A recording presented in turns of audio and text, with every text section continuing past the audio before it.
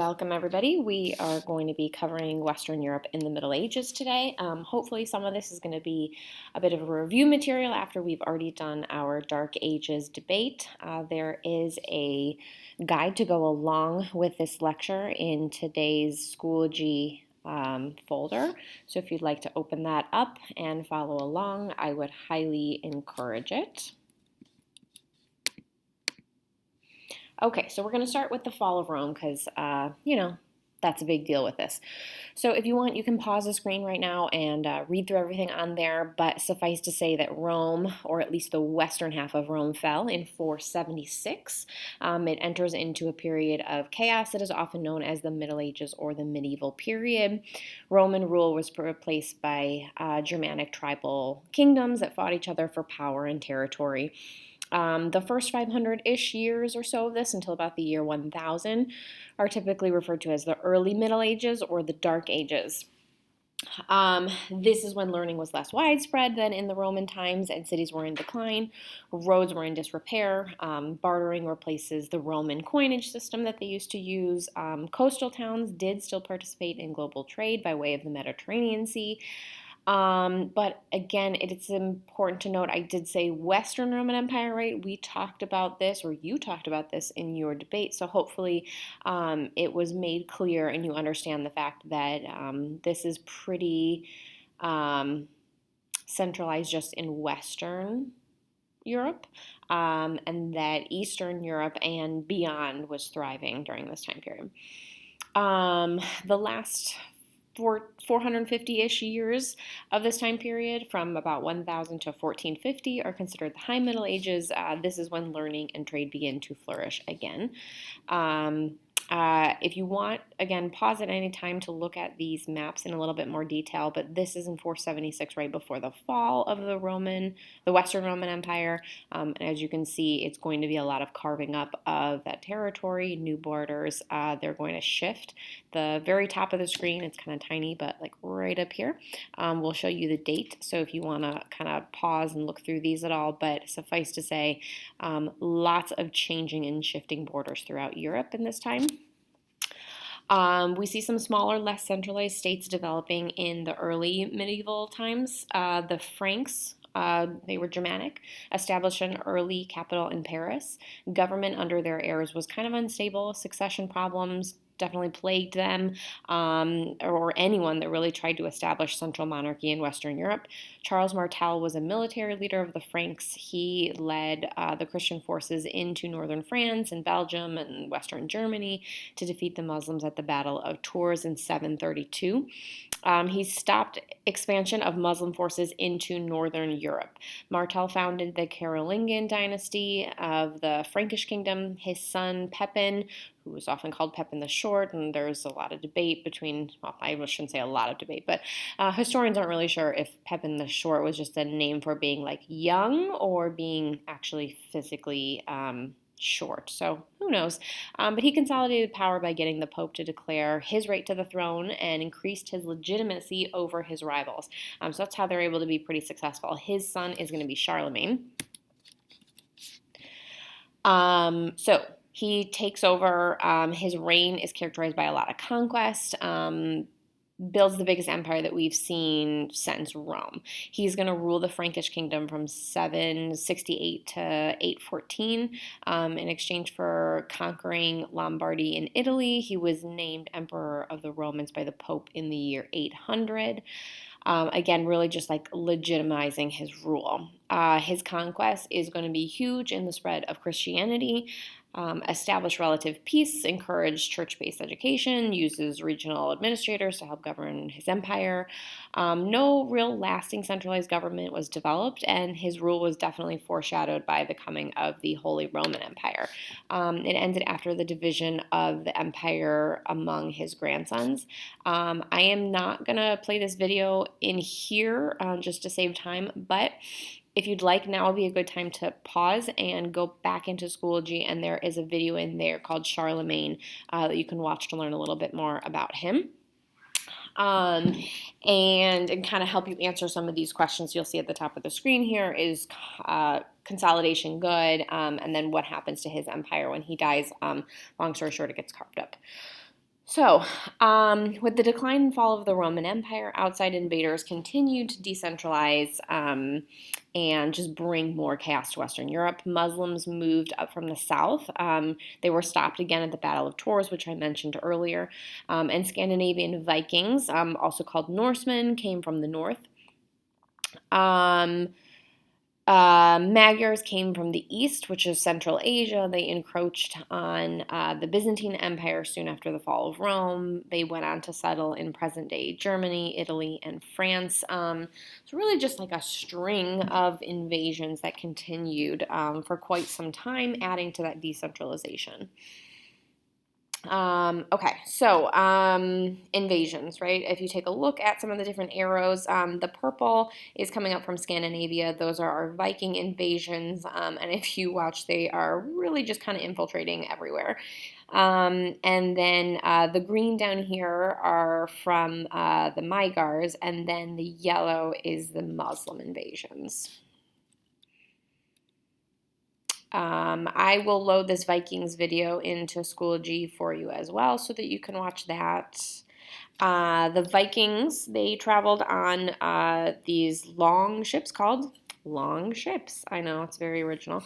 It made it possible to travel really far inland on rivers and conduct coastal raids on the seas. They were frightening vessels. Like they had, if you see kind of up at the front here, like these elaborate wood carvings of things like dragons and just like very intimidating looking. Their sailors were very fierce and intimidating. Like they scared the heck out of people. Check out those super cool outfits. Slightly terrifying. Okay.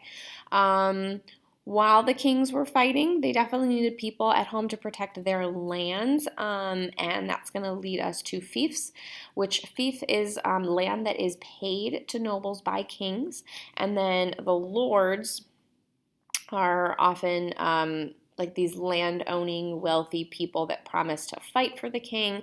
And this whole system is kind of this give and take of like land and loyalty and protection known as feudalism. So it gives much more power to wealthy land-owning nobles. This idea of chivalry comes out of this time period. It's a way to resolve disputes and to show etiquette. This idea that like women needed to be protected and we needed to put them on this pedestal, but at the same time we shouldn't invest in them too much because they're not really all that important. Women didn't have a whole lot of rights during this time period. Definitely still kind of kept down in this political and social system. Here's just kind of a little pyramid. Now would be a good time to pause as well and look at the give and take relationship, but I'll just kind of highlight from the top for you. So the king would be giving land to a noble or a lord. In return, that noble is going to be providing money and knights back to the king, money that he would have made off of that land, knights that are promising to protect his land and provide military service if the king needs it, in exchange for getting some of that land, right? And then, of course, all the way down at the bottom, we have our poor, sad peasants. They did benefit from it a little bit in the fact that they got somewhere to live and land to work on, and shelter and protection, but, you know, it wasn't super great for them. Okay, so this is just a map of France in 1477. If you kind of, I don't know if you can zoom in on your screen, but we've got a lot of small empires carving up this land. So what you're looking at is just France at that point. I'll go back. We get some some pretty cool castles, these like large manor houses that were built. So again, like this carving up, right? These are all of our small little kingdoms, and each of those are typically run on that feudal system with these big feudal manors. Some pretty cool houses. Gotta love a moat.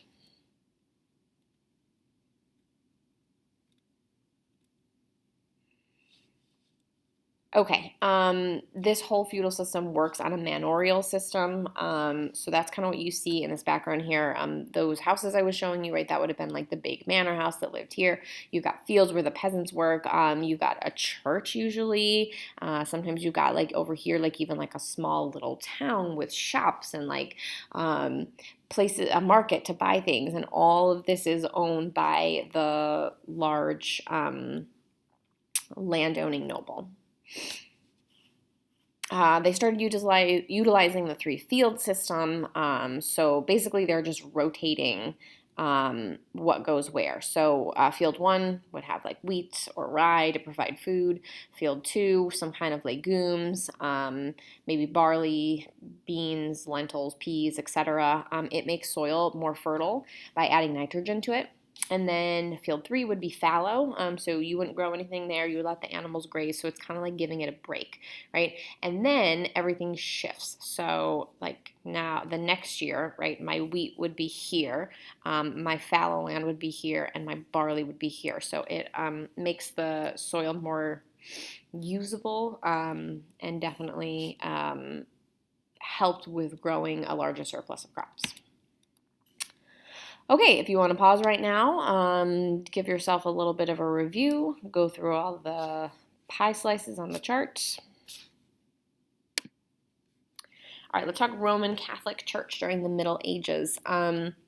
In 1054, they experienced a division known as the Great Schism. This is where we see a split of the Roman Catholic Church and the Orthodox Church. So the Catholic Church continued to dominate Western Europe until the Reformation in the 16th century. The Orthodox was stronger farther east, like into Russia. The Catholic Church was very influential. The only authority that covered much of Europe. Why was that? Well, few people could read and write, but the church staff were all literate. So they established universities. Most scholars were going to be church leaders. Artists worked for the church. The church basically ran everything. They held all the power in a feudal system. If a lord displeased the church could discipline the lord. So the Catholic Church definitely was flexing its muscles during this time period. If they didn't like you, they could excommunicate you, and that would be like the worst thing ever. Here's our church hierarchy with our Pope all the way at the top. Normans. Okay, Normans are descendants of Vikings who settled in the northwest corner of France, also known as Normandy. In 1066, a monarch of Normandy, known as William the Conqueror, invaded England and riled kingdoms on both sides of the English Channel. Presided over a tightly organized feudal system using royal sheriffs as his administrative officials, standardized law codes. In time, objections to his and his successor's power, however, ends up limiting that power in England with something known as the Magna Carta. So the Magna Carta was signed by King John in 1215 while he was under pressure from his nobles. So they basically forced him to sign it. It required the king to observe certain rights, such as the right to a jury trial before a noble could be sentenced to prison. Note, before a noble could be sent to prison. This didn't apply to, sad, poor peasants and anybody that wasn't a landowning noble.